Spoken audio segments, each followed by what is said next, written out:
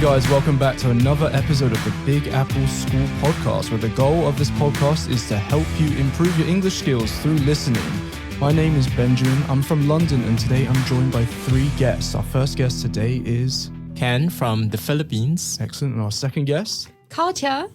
And last but not least, Alyona. And Alyona, right. So welcome back, guys. Today what we're going to do is we're going to discuss some news stories.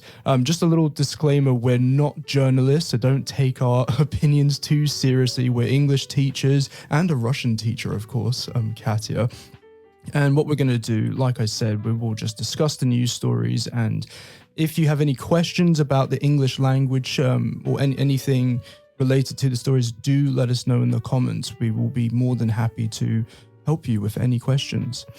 Anyway, let's get started. So the first news story we're going to talk about today comes from the Metro. Do any of you know the Metro newspaper? It comes from London. Have you heard of this magazine? Is this the one that is like on the tube station and you can grab it for free and everything? Exactly. We have such We have the same thing, only the different colors. I think we might have discussed it on one of the podcasts. Really?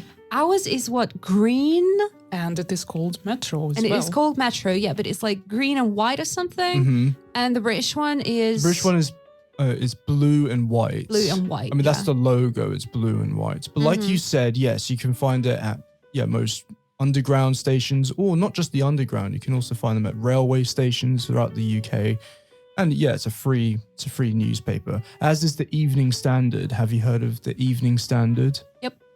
Yeah. So yeah, you know, obviously. So the first story we're going to talk about today is, do you know what's happening on the London Underground or the London Transport Network? Does anyone know? No well, idea. you sent us the link, beforehand. Yes. So. Well, what's happening then?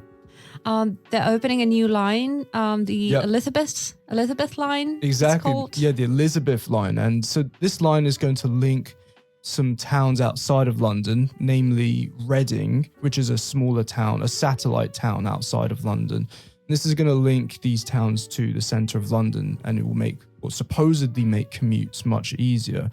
And the story is, part of the story is that the local government spent £4.2 billion extra on the construction of this train line.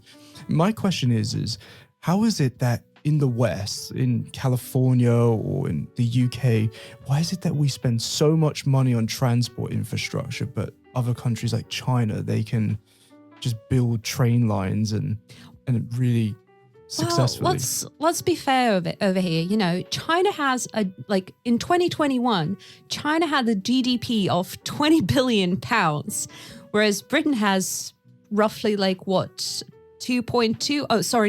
trillion pounds. Oh, right, yeah. 20 trillion pounds, so 10 in the power of 12. My humble brain cannot even imagine such numbers. Sounds just Whereas amazing. Britain's GDP in 2021 was 2.2 trillion pounds. We cannot compare these countries. They're just so different. The budget is different. The resources are different. The number of people who can actually work in the construction is different. Mm-hmm. So, yeah, but at the same time, I wouldn't say that London has, horrible transport system. Oh, no, by no means. No, it's really clean. It's really nice in general. A little bit expensive, though, I will say. Do you know how much one zone is like, what, 2.40? Yeah, £2.40, yeah. 250 rubles, and it's just one zone, like over the center. Yeah. I remember living in zone 3. Yeah. And I think I paid like $3.50 for each, for each tube, for each right? way, yeah. And you had an Oyster card, I guess. I had an Oyster card, yeah. Yeah. Is it much cheaper to use the Oyster card? So it makes it a little bit cheaper. I believe in the past you can buy a travel card. Maybe you still can do it. I haven't bought a travel card. I think you can, yeah. Yeah, a travel card usually costs, I believe it's £10. And this allows you to travel all around, central London at least for £10. But just for our listeners, the Oyster card, it comes from, maybe we talked about this on a previous podcast, I can't remember, but do you know what an oyster is? Everyone knows what an oyster is, of course. Yeah. So oyster, just for our listeners, is this seafood item. And the reason why we call it an Oyster card is this electronic card that we use to travel around London. It's called an Oyster card because, does anyone know? I actually always wondered. Yeah. There's this idiom in English called the world is your oyster. really strange idiom. I don't really know where it comes from, but this means that you can do anything that you want and you can go anywhere that you like. So this electronic travel card was taken from this idiom. So if you go to London and you get an Oyster card, no, you're not going to get food poisoning. You're not going to buy an item of seafood. You're going to get on a bus or a train. So yeah. I'm just wondering though how much the Chinese government spends on their, let's say, train stations. Is it the same price or nearly the same as the amount that the UK government spends on this, especially this latest station? To be honest, I have no idea. I don't have the figures in front of me, but what I do know is that it's probably easier in China for the government to bypass bureaucracy and to just knock down houses and roads, where I guess that's probably why it's more expensive in the UK and in the US to build transport infrastructure, because people will sue a train company if they don't want. Sounds very American. Or yeah. So by the way, what is public transportation like in the Philippines? A while ago when you were talking about, I just want to go back a little bit. Yeah, please. Please. Regarding the newspaper, we also have something similar, and it's literally called free because it's for free. It's all in the name. And yes, we do have like a subway, especially in Manila. Although I must say it's only limited to the capital city. I don't think we have such train lines in other parts of the country.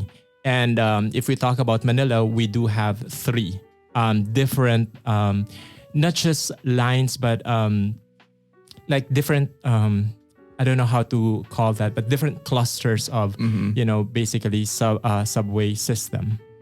Yeah. So would you say, I mean, is it cheap? Is it? Actually, I guess now they have increased the price, and it's not like here in Russia where you just pay once and then you can end at whatever destination you want to go to. In the Philippines, it's maybe kind of like in London where you have to pay for every station. So there's a different price depending on where you want to get off. But here in Russia, that's why I like it here, because it's efficient and it's affordable. Cheap. It's affordable, exactly. Yeah, I have to be honest, the transport here is actually really good, and especially the metro system. I mean, Alyona, is there a cards that you can buy here in Novosibirsk? Yes, sure. You can use just your credit card to pass, and also you can use different transport cards. If I'm not mistaken, they actually let you take another maybe trolley bus for free. Even if you use one. The so there's like one is for free. So they have different kinds of. I think it's like within an hour, right? Like If you take the tube and then after that you take a trolley bus or something, but not a bus. Not a for bus. some reason. Trolley it can be free. But I think nobody uses that now just because it's so much easier to just tap your debit card, and just off you go. I love the, speaking of the Novosibirsk metro and other Russian metros, I love the ticket barriers. Like they will chop off your kneecaps if you... That's the scary part. Like in the whole of the world, it's closed gate and then they open once you pay. Yes. And in Russia, you just live in fear. It's a little guillotine. Just a couple of days ago, I went through that pass in Rechnoy station, and they actually changed the system. Yes, that's why I like using that station. I was shocked, because that was unusual. I actually saw a person before about 2 years ago. I just don't remember which station, but he was caught by these things that actually prohibits you. I have been caught by these things. The first time I ever came to Novosibirsk, so I'm like, ooh, metro. I had never seen one, like I'm from a small town. So, and I bought this, like whatever you call it, like a token. So, and I'm a lefty, so I'm left-handed. So, and it was just my instinct to toss, this token on my left. So I paid for the one, for the entrance on the left. So I was so sure, tried to get to get in. And I was hit by these things. I was like, what happened? And a very sweet lady was just shouting at me. But did the train guards let you through? Or did you have later to on, buy- yeah, they shouted at me at first. Yeah. You know, Wasn't then it they painful did. though? It is. Because It's I like can you can imagine. the hit on your hips, and Oh you're God. like, why? I thought it's more scary than painful, no? It is kind of painful. Maybe that's just my memory, you know, picturing it like that. Yeah, I guess. Well, can you sue the Russian government if it hurts you? Wow. This is the funniest joke I've heard within a year, really. Can you sue the Russian government? Very funny. for like the painful train ticket barriers. Live in Russia. Yeah. All right. Well, hopefully you guys. Well, let us know in the comments. Have you been decapitated by a Russian ticket barrier? We would love to know. Well, if you're still alive from your experience. The next story also comes from the Metro magazine. This is about the Qatar Football World Cup. I mean, it's quite amazing that everyone has just forgotten, or at least I've forgotten that there's actually another Football World Cup coming to town. Okay, so this is in Qatar. Obviously, you know, very hot country. Right. And do you know much about the stadiums that they're building? I know nothing. They're trying to build an air-conditioned stadium, and I don't understand how. Yeah. Well, because it's a desert country, they will definitely need air conditioning. Yeah, it's really hot. I mean, I So think, that's the reason for the news. well, that's You're actually going not the reason for the news. The actual news story is that a pint of beer is going to cost over £10, and I don't understand how British football fans are going to. They just want to earn some money because they all know. Yeah. You know, it doesn't come down to money only in this case, because if we think about it, Qatar is a Muslim country. Yes. So they have very strict laws and very high taxes on alcohol. It's not fully forbidden there, but still. And if we look at the experience of Britain, you know, in general, and the British football matches and everything, every time there is a match, there are a hell of a lot of drunk people that are first drunk, then they cause some trouble and everything. So, and I think by raising the price, you know, they kind of try to deal with that. So and kind of lower the number of drunk people. So it's only reasonable. So you only have posh drunk people. Only those who can afford. Yeah. Exactly. That's quite interesting because I was reading that in Qatar, well, as you said, yeah, it's a Muslim country. So you can only legally buy alcohol at hotel bars, and I believe you can get a special license to buy alcohol from a special shop. You can't just buy alcohol at an off license or a corner shop or a liquor store in American English. Yeah, so it's going to be, I don't know, do you think it'll be a bit more of a boring football match, or do you think do you think maybe the drunk fans add atmosphere to? Well, definitely it will be less violent with fewer, you know, drunk people. Because I know when, say for instance, their team, you know, loses, then some fans, they get crazy and they start to rumble. So it's gonna be chaotic. But, you know, with higher prices for alcohol, well, so fewer people will be drunk. Let's face it, your team wins, like fans get crazy. Your team loses, the fans get crazy. Well, there's like no win in this situation. Yeah. Well, how much does a pint of beer cost in Novosibirsk? Well, now, after the sanctions and everything, a pint of London Pride is 540 rubles. Oh, that's London Pride. That's exports. Like, I mean, so like, good though. Okay, a pint of oyster stout, is 440 rubles. A lager is around 300 rubles. oh, that's quite expensive. But wait, what about the local beers? I think it's about 200.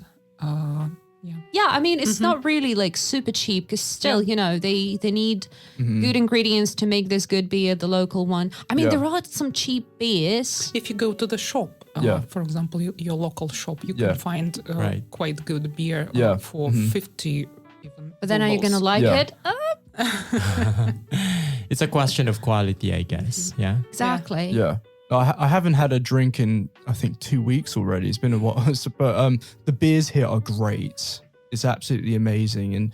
And I love the what are they called? The pivovarnia, the pivnushki, the beer shops. It's amazing how you can get beer on tap, draft beer. That is so 24. cool. Actually, you live in the cheap. building where there is one which is 24/7. Yeah. Is it legal? Questionable. They're so-called bars. Yeah. Technically, they put like a couple of tables over there, a couple of chairs. They're like, well, technically, we're a bar. Yeah. Like, no, you're not. Is it more expensive at night time? I don't think It makes sense. Yeah. Because I know there's the law here at least in Novosibirsk, and I believe throughout Russia, whereby you can't purchase alcohol from a shop after 10 p.m. if that's correct. Yeah. That's true, because I was with a friend one time. He wanted to buy a bottle of beer, but he was refused. Yeah. And Because it actually, was 10. that's in Novosibirsk, because let's say in Yakutia, they have different times. In there, you can only buy alcohol from 2 p.m. to 8 p.m., which was actually not a very good strategy. Because initially they did that, so they thought that would lower the level of consumption. But it was the opposite, because people kind of bought in bulk beforehand. So instead of buying, let's say, one bottle of wine and then thinking, if we run out, like, we can always go and grab another. No, they bought like 3, 4, 5, and then they drank it all anyway. There's like a booze rush hour. So that's quite interesting. So I'm really fascinated by how the Russian Federation has its different legislation for different so it's kind of like America in a way, how each state has its own legislation. Actually, speaking of alcohol and everything, I'm currently reading a book which is written by Professor David Nutt, and it's called Drink or Not to Drink, The New Science of Alcohol and Your Health. And it's about alcohol in general, its effect on your body and everything, and the regulations and everything in Britain and France. So it gives you, a very vivid picture of what the situation with alcohol is like in Britain. I remember. Interesting. I remember this name, Dr. David Nutt. Did he? He was in the ago, government. He was in the government. He was the one responsible for the the drug consumption and everything. He was one of the. In the British government, I remember. Yeah, he was a scientist, but he was fired because he said that alcohol is a drug and it causes more harm than crack or LSD or marijuana. Yeah. Because, when we speak about alcohol and other drugs, we need to think about two sorts of negative consequences, the harm that you do to yourself and the harm you do to society. So, and he was the one who said alcohol brings more harm to society and people combined, than crack and other drugs. And the alcohol producing giants didn't like that. The government didn't like that. So he was fired. Yeah. No, I remember his name very clearly because in the UK, there's a very big debate about whether to legalize marijuana or not. And his name was all over the newspapers when. Well, because he said that, marijuana is not that harmful, if we compare it to alcohol. Yeah. And of course, nobody liked that. Yeah. Well, I guess it depends how you consume it. Because I guess if you smoke it, then obviously it's nothing's good if you put it in your lungs. But if you eat it, then probably could have some good effects. I don't know. So read this book. It's a fascinating book, really. Yeah. So well, interesting. Let's move on to the next story. So this is from RT. We'll move on to that story in a second. Sorry, this is from the Evening Standard. This is about the passport office in the UK, which takes up to 5 months to issue UK passports. And I remember just before I came to Novosibirsk, I decided to get myself a new British passport so I can have 10 years, so I don't have any problems with the Russian authorities and the visa. And I remember I was so nervous. I was biting my nails, waiting for this passport, and they couldn't deliver the passport on time. And the delivery guy, not dissing the delivery guy, but the first time he just couldn't be bothered to take it up to my parents' apartment. And the second time he just called me and said, meet me out on the street. And I had to go next to some tube station and meet this courier with my passport. And I just thought, this is a really disorganized way. Why is the passport office not getting its act together. I've heard some stories that even to get your license, your driving license, you need to send all the documents to the office or come by yourself. And actually, this is a document.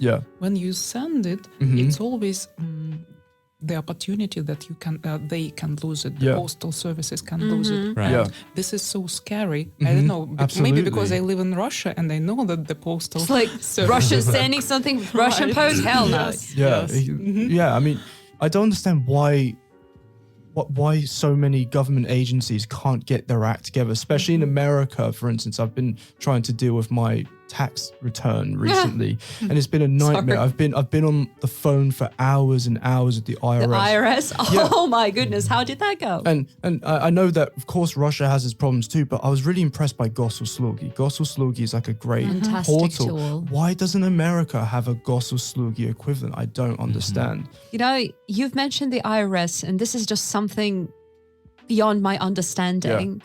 Just because, they know exactly how much taxes you need to pay. They won't let you know, so you need to calculate it. What happens if you do wrong? Oh, you're just going to jail. Amazing. And it's just so disorganized. And I had to pay someone to file, well, not an individual, I had to pay a company. It was only $20, but to file my taxes. And it's just like, why isn't there just one united portal like they have here? But anyway, coming back to the story, it was about the passport office in the UK taking up to 5 months to issue a passport. We live in the digital age. What can be so difficult? Why can't there just be like one place where you just go and give your fingerprints and then your passport's issued? Why does it have to be so bureaucratic? I've got a feeling that it's kind of easier for us in Russia now. Easier. It is. Like you can go to MFC at least, so that multifunctional center. And there are lines. Okay, there can be some but then, angry women. But anyway, it's all bearable, and so you'll get your passport in a month. I think. I actually That's remember great. applying, but when you say passport, you mean like a traveling passport? Because in England we don't have you have the IDs, passports. right? So it's quite interesting. And I was really fascinated how here in Russia you have a internal passport and a Zagran passport, the international passport. In England we don't have an internal passport. Usually our ID is a driving license or there are a few other IDs you can get, but it's not the same. Whereas to be honest, I think Russia's more efficient with this, which is quite interesting. And speaking about, like the passports, I remember several years ago when I was applying for my traveling passport, I uploaded all of my documents online. So then I made an appointment for the time I wanted because I needed to, to give the fingerprints and the photo, have my photo taken. It took about 5 minutes. 2 weeks later, I got a notification on my phone, by the way, like a text message, like your passport is ready. Come in, in any time within the working hours, you can get it. Yeah, that's great. What is it like applying for a passport in the Philippines? Has your passport expired when you were traveling? Well, you see, I was listening to you earlier and I thought, oh my God, 5 months? Yeah. And I can't believe it because... Well, not me personally. I didn't wait 5 months, but some people have. From the news, I know. But the thing is, I would think that countries like the UK would have more... this is not a criticism. It's just, my please expectations. Criticize. It's fine. Like we said, we're not journalists. We're just English teachers. And it's okay. Criticize all you want. But the thing is, I would expect it to be a little faster, more efficient because, the UK is like a first world country. I'm not saying that we have better, system. Maybe you do.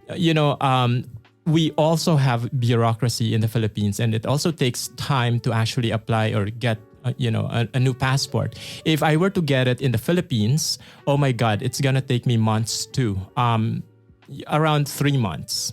But still, that's less compared to 5 months. But it would be much shorter if I were to get a new passport in another country. Yeah. So, for instance, my last passport, it expired while I'm still here in Russia. Yeah. So I had to fly to Moscow to get a new one. And it only took a month and a half.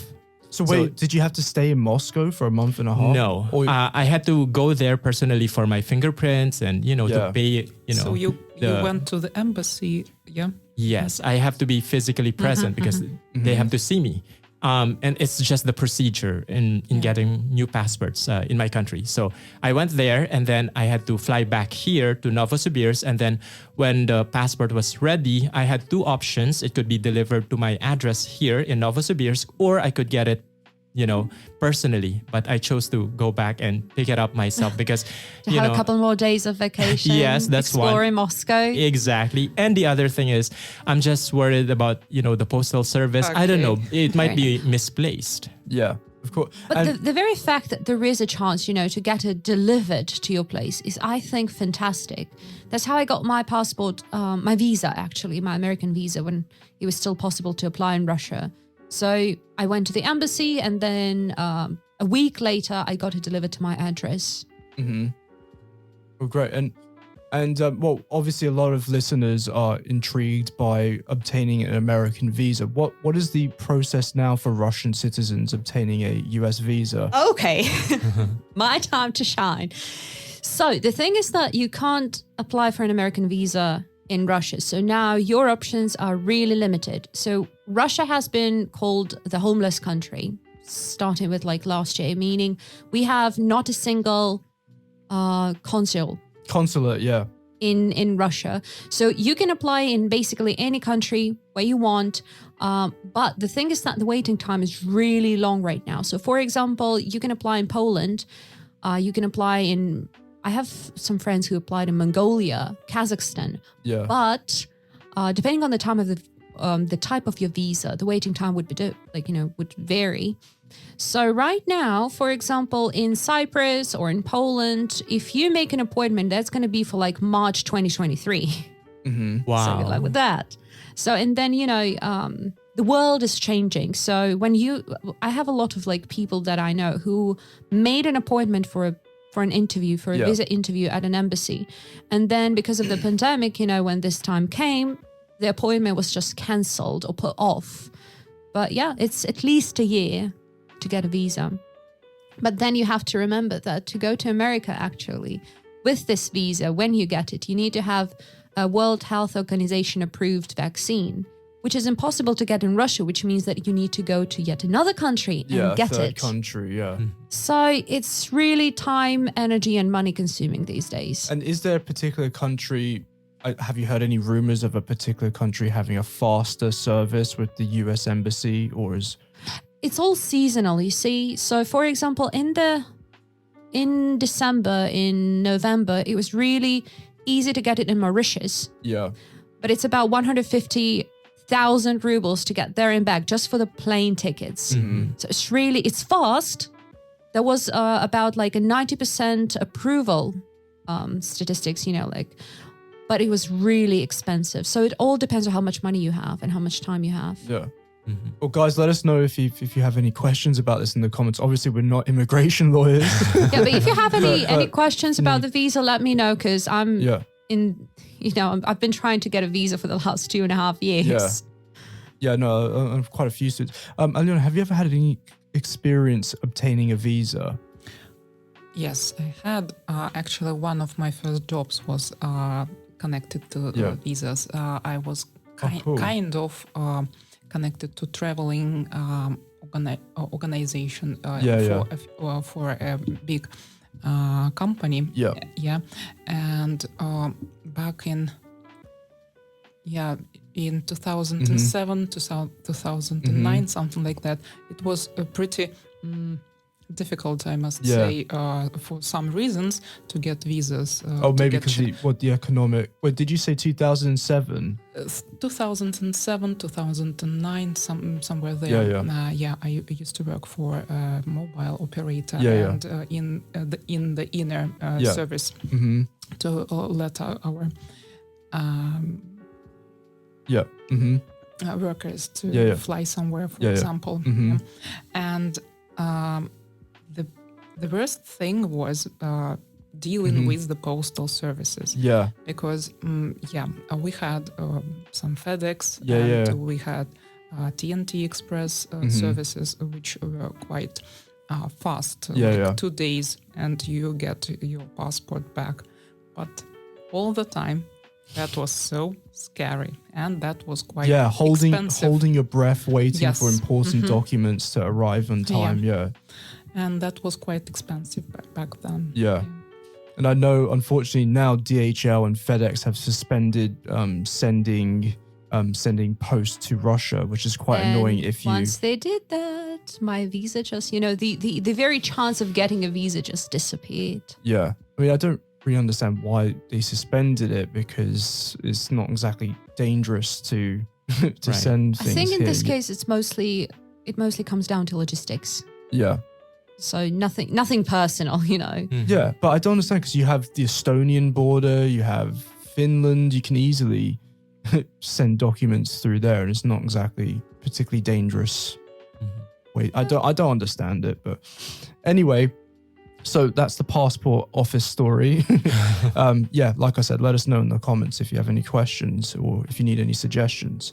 Right, the next story we have comes from RT. Everyone knows RT, Russia Today. This is Americans quit their job at a record pace. So last time we talked about work and employment. This is kind of a similar topic over here.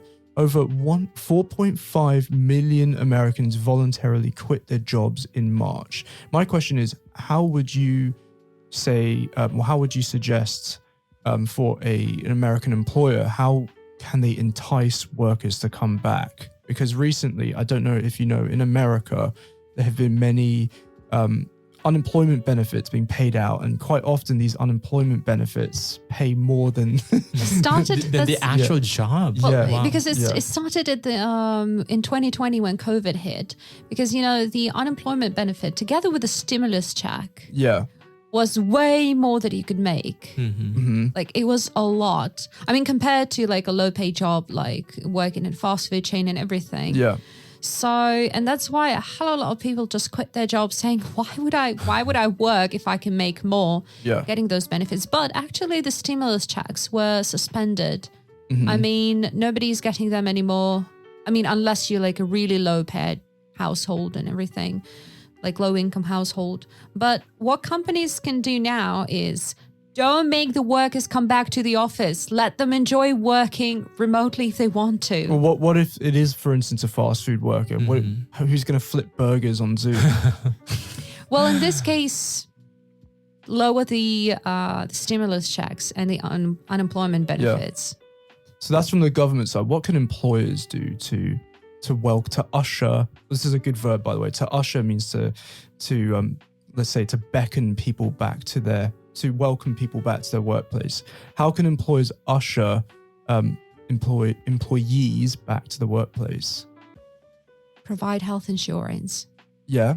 If you're going to be practical about it, yes. And then on the other side, well, I would say the more personal side, I don't know exactly how American employers are when it comes to the treatment of their employees, but if you want to win them over, you have to make sure that you establish a very good relationship. And that would be, that would include listening also to the concerns of your employees. Otherwise, if you just let your rules be put in place without being questioned by the employees, then of course the employees will not like that and they're going to leave work. I mean, it is applicable to any kind of job.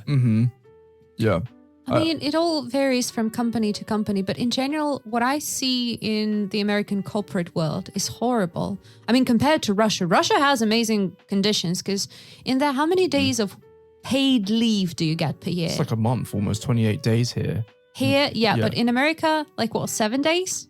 Sometimes not even. I mean, when I worked in a hotel, I didn't even get any paid holiday. Exactly. For the first year. Yeah. And what about sick leaves, maternity leave? Maternity leave. I mean, over here, you can get like a paid maternity leave for like what, a year? A year and a half. A year and a half. Then 3 years, they don't pay you for for the second part of it. But anyway, you get your position Yeah, back. Over there, the maternity leave is like, what, 5 days or something? Wait. Ridiculous. So does the government pay for Yes. the maternity, or does the employer pay for the? The employer always pays the taxes. From the beginning, from the start of your work for them. And one day, if the woman goes to the maternity leave, so in that case, the government pays back those taxes. Yeah. Okay, all right. So it's not just like if no, it's if not I like decide the to have a baby, I'm gonna make my boss pay for it. Yeah, that would be quite harsh on the boss, I guess. I don't know. So guys, listen to our previous podcast. There was we spoke at length about work and quality of life, etc. Let's move on to the next story. This is a really fun story. I found this in NGS. So we're talking about Russian Russian stories news now. right now. This is a Russian, exactly. So thanks. Be careful with saying NGS. So Usually whatever you post there, whatever you say is going to cause a shitstorm anyway, be that positive or negative. Well, I love it. There's so many golden stories. It's great for me when I'm learning Russian because I get to read all the funny comments in the comments section. You know what association I get sometimes from reading some of the stories on NGS? Florida man. Oh, yeah. You know those ridiculous Crazy. Stories like... Well, this is kind of a Florida man story, except the Russian equivalent of Florida man. So, by the way, for our listeners, a Florida man is just, for some reason, maybe unfairly, Florida has this association with crazy people. Would you say it's unfair? Unfairly, though? Is it unfair, though? Actually, maybe not. Is it? There are quite a lot of crackpots in Florida. It's actually, you're not supposed to be saying that. Oh, am I not allowed to say it anymore? Yeah, no, you should say a substance user or a drug user. I don't actually mean as in crack. No, a crackpot just means someone who's crazy. That's why I didn't mean crackheads, but be careful. Well, I had a lesson yesterday actually on the subject of sleep, and in Russian you have the word lunatic, which is like a sleepwalker. Lunatic, yeah. Well, in English the word lunatic is different. Means mad. Yeah, exactly. Yeah, you got it right. Exactly. It's just like crazy person, and so we can't use the word lunatic anymore. Apparently, I don't know why. But anyway, so this guy, I'm sorry, he is a lunatic. He's all right. So these Russian neighbors, or here in Novosibirsk, they were complaining about this guy who, over the last, I believe, 3 years, throws projectiles, throws things outside of his window and smashes car windows and damages the whole apartment block. And there were all sorts of items that he threw out the window, including floor tiles, coffee mugs. And this was dangerous for people who were walking underneath the... Of course, that's kind of surprising he hasn't killed anyone yet. Yes, exactly. And apparently local babushki warned people not to walk outside his window. And the local police, all they can do is come and knock on his door. And when he doesn't answer, they have to leave. They can't just break down his door because, I don't think that you're legally allowed to just break down a door unless you have like a real... strong reason to do so. So the police just keep coming and leaving, as do these psychiatric hospital doctors, and there's nothing people can do about it. I wonder though, is he living alone, and how old is he? Well, I read somewhere that, or maybe he's недееспособный, so he's disabled, I believe. But I'm not too sure about all the details. It's quite a long article, but basically he loves to throw things out the window and smash people's cars. How would you deal with this neighbor if this were your neighbor? Would you just move house? I'd try to use reason first, if that's even possible. So what I would do personally is I would knock on his door and talk to him, and perhaps just ask him questions, because you never know. I mean, sometimes people act in a weird way because maybe they just want somebody to talk to, or there's nobody else around because they feel lonely. Who would try to understand them. So at the very least, I would try to use reason. But then if that doesn't work, then sadly in this case, I don't think I can put up with this situation, because if he does that all the time, really, it's just a matter of time when somebody gets injured, or worse, as Katya said, could die from this. There was a case like not so long ago in Novosibirsk when somebody threw something out of the window and killed an old lady. We talked about this, with the sofa. Yeah, we talked about this on another podcast. But someone a couple got into an argument. Like you said, they threw a sofa out the window. And I mean, that in and of itself is quite funny. But what's not funny is the poor old lady who died because of this stupid couple's argument. There was another case, have you heard? A woman wanted to commit suicide and actually jumped out of the window or from the balcony and killed another woman. Oh my God, that's terrible. So did she even die herself? Well, I'm not sure about that, but I know for sure that there was some other person who died because of this. Because of that. Come on.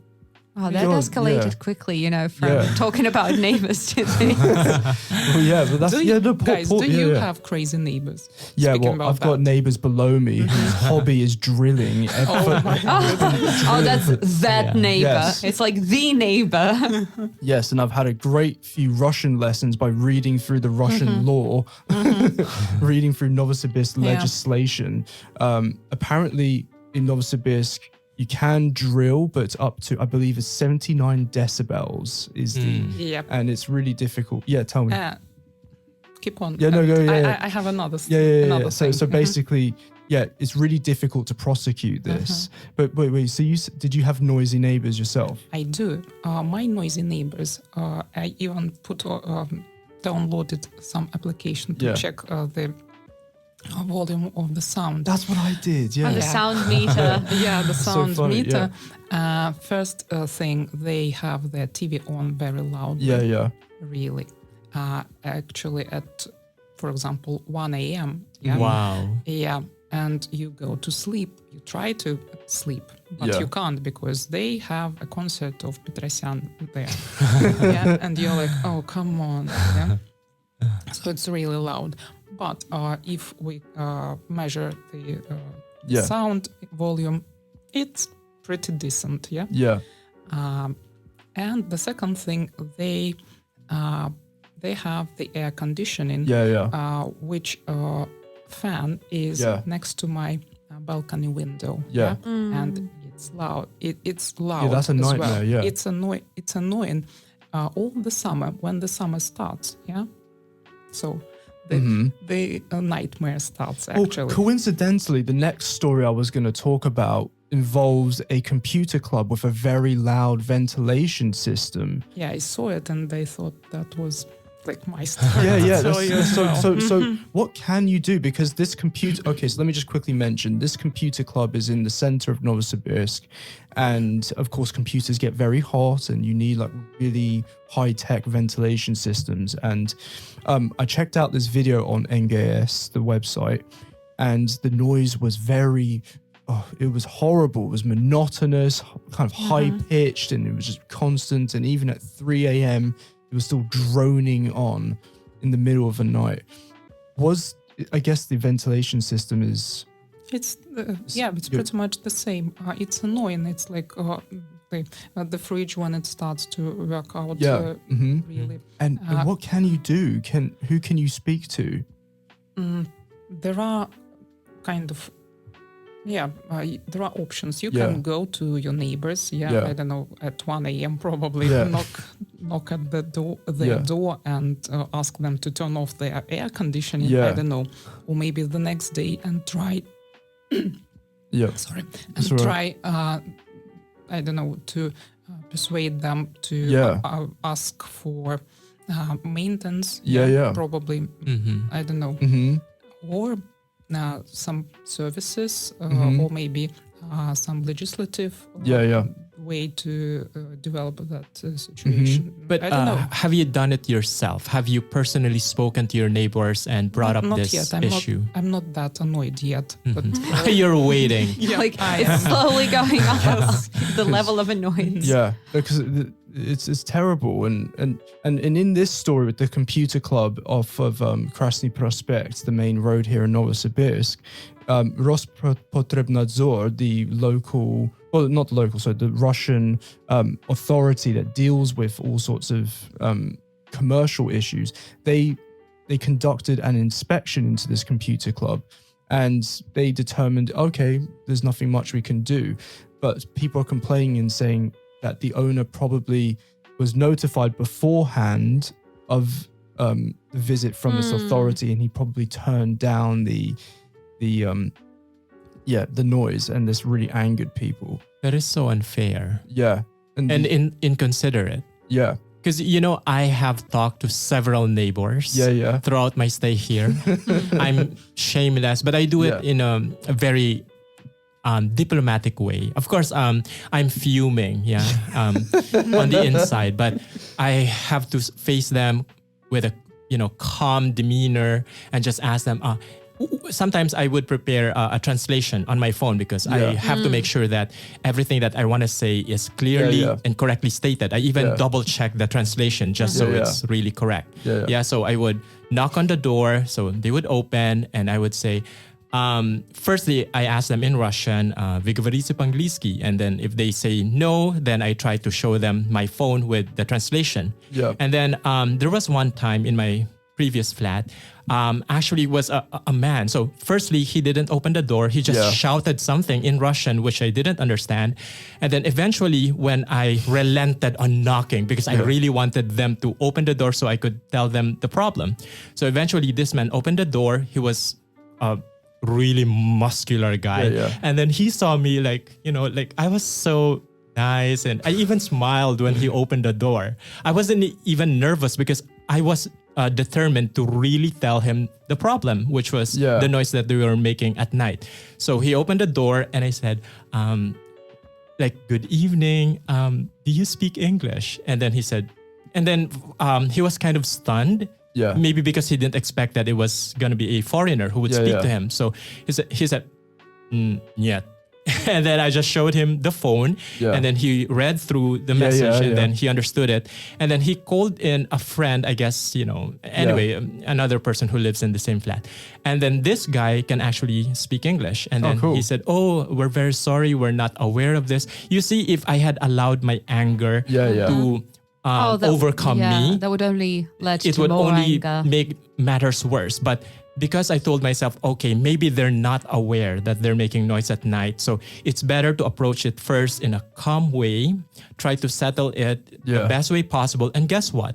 When I returned to my flat, it was like, my God, it was just pure silence. Oh, you see, it works. Good. That's really good. Yeah. And then there was another one in my new flat now. Not my upstairs neighbors, but kind of like to the right of my upstairs neighbors. So they always move the table and chairs especially. I always wonder what people actually do. Like, what is that? Like, are you moving furniture in the middle of the night? Like, what happens? Well, they do that, and they do it instantaneously. Like someone who just gets up immediately, and it happens very often, like late at night, around 12 to 1 a.m. sometimes even 2 a.m. So I went up there again with my translated message. So nobody opened the door, and I thought maybe they're pretending that they couldn't hear, the knock. And then I contacted my landlady, so the owner of the flat, and then I told her that I went down to the the reception to inform them that about this noise, but then the reception was closed because it was late at night. And then so I just sent her the message. I guess she was able to read it, the following morning. So she took some actions, but then I wasn't, for me, it wasn't enough. I had to speak to the actual person who is making this noise. So I went the following day to this flat and spoke to the person. It's actually a mom, a mother. And then fortunately, she can speak English, and she explained to me that, it's our daughter. She wakes up in the middle of the night. She runs and, makes all of this noise. So I thought, okay, well, I don't mind the running. I actually hear the footsteps every time her daughter runs, but it's just, the furniture, because it's dragging sometimes. And she said, okay, we're very sorry about that. I'll see what I can do. And right now, it does happen very often. at least it's less than usual. I'll see what I could do. What is she going to do? She's going to tie her daughter down to... But you can put some on the legs of the chairs. Yeah, there are some like soft things, like the rubber, what I guess you call rubber them, caps or something. some cloth. Yeah, exactly. Yeah.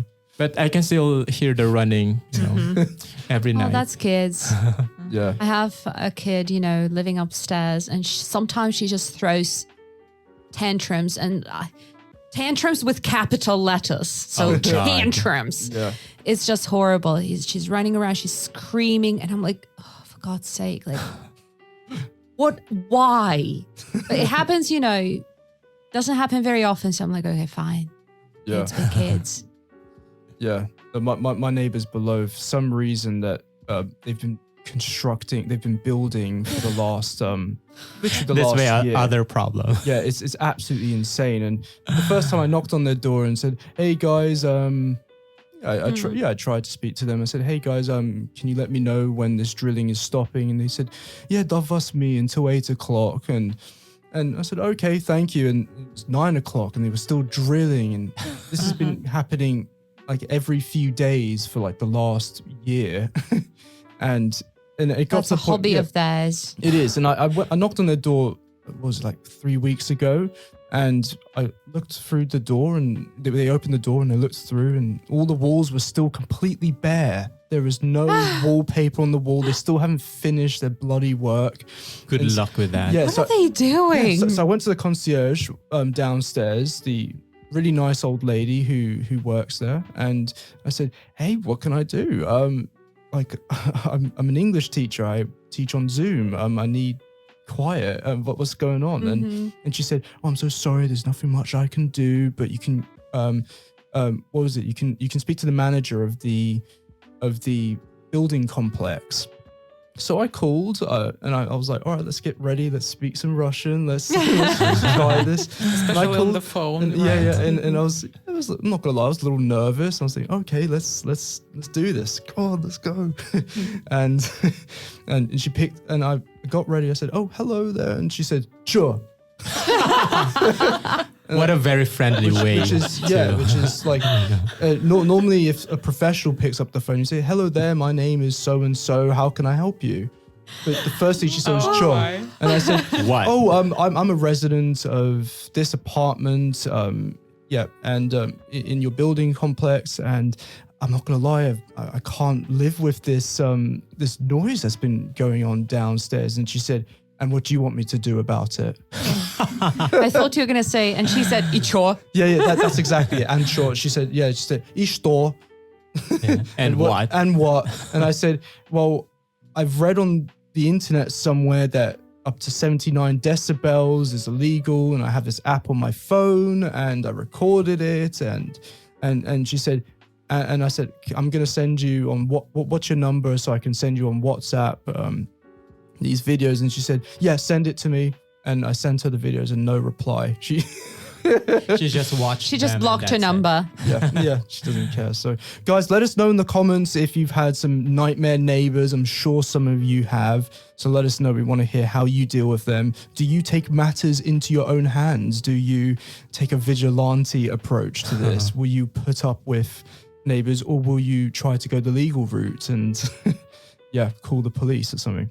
Well, let's look at another story here. Akadem Garadok. So this obviously is, well, maybe we have some listeners who are not here in Novosibirsk. Akadem Garadok is this, university village outside of Novosibirsk. And there they have a botanical garden. And on NGS, they just reported that the botanical garden is charging an entrance fee. Do you know how much it is? I'm not actually sure. And because I'm very angry about this, because it's been free, like it's always been free for ages, yeah. Exactly. And well, let's be fair, most of the time, because there is some sort of like Japanese garden inside, and you can take a tour, and these things are not for free, so you still pay for them. Yeah. But the entrance was also always free, so you could get in, have a picnic, just wander around, have some fresh air, and charging for doing that kind of feels illegal, I know it's not, but and technically, there isn't even much to see over there. because I've only been outside of it. I never actually went inside the botanical gardens. I went to, what was it? There's like there's physics or this nuclear physics institute that's next to it. Oh, it's not next to it. It's the botanical gardens are kind of far away from there. It's like 45-minute walk from there. Because last time I went for a bike ride around there, and it was really interesting. But I went outside the gate at the botanical gardens, and I was intrigued, but I didn't go inside. And to be honest, I can't really imagine how exactly are they going to charge, because you see, there is like an entrance to the botanical gardens. Okay, good. Like you can go there by car and everything, but you can also get there from behind when you walk from Академгородок, from some of the parts. So it's a bit of a like wild route. Yeah. Let's say we can still do that. So what, are they going to put a fence over there? Yeah, how are they going to charge the entrance I think that's fee? ridiculous. They used to charge the cars who wanted to like come closer and park, for people who wanted to park their car closer. That was like 100 rubles per car. If you didn't want to pay, you could just walk, like 10 minutes more and everything. But charging everyone, I don't know. Yeah. You're like a public institution. Mm-hmm. Yeah. Well, are there any other museums? Well, what museums do we have here in Novosibirsk? One of the greatest, it's the train museum. Have you been there? Of course, I loved it. That was amazing. This is Ben really and cool. Transport don't get him started. Yeah, no, that was amazing. Yeah. The car exhibition, old cars and different kinds of trains. Yeah, so this is really, really cool. And the Dendro Park, not far from here, next to the zoo. Right. Mm-hmm. So the zoo itself. Well, the zoo not really a museum, but what's the zoo? It's 400 rubles to. I think it's 500 now. Now it's 500. Yeah. Yes. But it's worth it. Yeah, the zoo is fun. Well, Ken, have you been to the zoo recently? Well, no, but I was there in 2019. Yeah. So it's worth it. It's worth it. We have a family tradition every year, maybe twice a year. My family and I, my sister and I, we go to the zoo, not to look at the animals, just to have a nice walk, because the roads inside, the paths are really clean and beautiful. And the Swan Lake, I love it. Yeah, it's so, the flamingos, they're so cute. I miss that part. So. We also have the art museum, the birch tree museum. No, not the birch tree. Yes. What do you call this part of a tree? Like it's like the outer shell of a bark. So we have birch bark museum. Yeah. Yeah, I think it's like birch bark museum. Oh, interesting. So what? Via Kara. Oh, Kara. Oh, I didn't even. It's some sort of a different name. Birista. Yeah, okay. that's the word. And they have different things made out of this material and everything. They have tours over there. We have the local history museum, which sometimes have some sort of exhibitions over there in addition to the local history ones and everything. We have the local nature history museum. Oh, that's true. That's true. Next to Zoom, and this is exciting because you can see some, a mammoth, for example, the ancient bears, and we have the Museum of Death, by the way. Yep. Oh, here in Novosibirsk? Yes, we do. Museum of Death. I've never heard about that. I've heard of that. Not far from the crematorium. It is on the territory of the crematorium. Yes. And it was actually, it was very, it's going to be like a very personal story, but I hope that's okay. So every year there is the museum night. Yeah. And over there at night you have access to the museums. It's coming, by the way. It is coming. I think it's going to be like in the mid of May, so very soon. 18th, 19th. It's like next week. Wait, it's like next weekend. Anywho, so in this Museum of Death, every year when they have the museum night, they organize, the transport because it's kind of out of the city. So you can go there for free and enjoy everything. And it's like music, fun, people having like loud music, coffee shops and everything. So the fun thing is that last year, the museum night also, it was the same day as my father's death anniversary. So we had to go and, kind of visit, And it felt so weird to be there with the coffee shops and people having fun and laughter. And the thing is that it's like crematorium. Next building is the Museum of Death. And then at the territory of all that is the, what do you call it? Like a columbarium or something, where you have the niches, you know, with the urns and everything. It's not like a cemetery. Maybe it is called that. I actually don't know the word. I know that in Russian it's called kalumbari. Yeah. And anywho, and it's all over there. So people are just, you know, walking around, having their cocktails, looking at those, like, you know, well, technically they're like graves or something at the urns and everything. And it just felt so not okay. It is quite funny. I'm like, no. Well, it's like in Indonesia. Was it Indonesia? It was some Southeast Asian country where they have the where they keep the skeletons of, I can't remember. They keep the skeletons of people's ancestors and they dance with them, and it's quite funny. Have you seen this? There was a documentary. No, oh my goodness. So yeah, but there is this museum, and I think it's kind of like an interesting place to visit on a quiet day. Yeah, because they show the history of like burial traditions all over the world and everything. Yeah, but we do have but some museums. Yeah. Well, should governments pay for these museums to stay open? Do you think that this is... You know, that's a debatable question. I remember we talked about it when we had a podcast about art. Because, for example, I know that in London, most of the museums are free, but you have some sort of donation system. So you're somewhat free to... Well, for instance, the Tates, they have paid exhibitions, which are quite expensive, like 20, maybe £15. But then the National Gallery, the British Museum, they're totally free. Like, if you want to donate money, feel free to. Yeah. Let's say in America, in Boston, all of the museums are not free, and the entrance is like $25. And sometimes it's not worth it, but it's so expensive. Yeah, New York, I remember the Met Museum, I believe I could be wrong, but I believe it's free for residents of New York State. I think so, yeah. But then it's like $30 for everyone else. Yeah, which is pretty cuckoo. Yeah. So I think it depends, because let's say our local history museum, they are a state museum, so they get funding, but at the same time they have their merch, so they sell things, they organize tours. So they still can... as well, they let the exhibitions inside, with, I don't know, different things like fashion, for example, exhibition. Last year, I think my friend and I, we visited one of the exhibitions, and it was dedicated to fashion, actually fashion designers from the USA, from Europe, and from the UK. And that was really fascinating. Yeah. And the cost of the ticket was quite reasonable to enjoy what you want, and pay, I don't know, 200 rubles for that. The 200 rubles, The train museum, that was 100.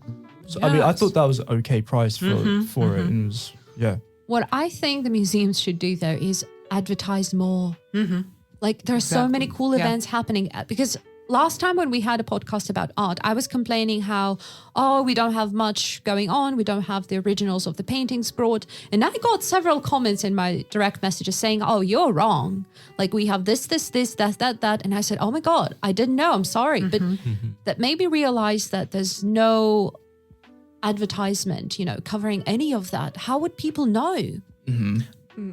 Our local museum, local history museum, they, I think, nowadays have pretty decent campaign to advertise themselves, because I can see their posts promoted on Vkontakte sometimes. Oh, really? Really, I am subscribed on some theatrical societies, and so maybe because of that, I can see. Yeah, I think so. It's like a targeted ad. Yeah, target, and. Sometimes when you move through the city, and you can see the billboards with those advertisements, so this is pretty cool. Yeah. But the other museums, I think, it's quite a reasonable thing. And this museum night, that's a cool event.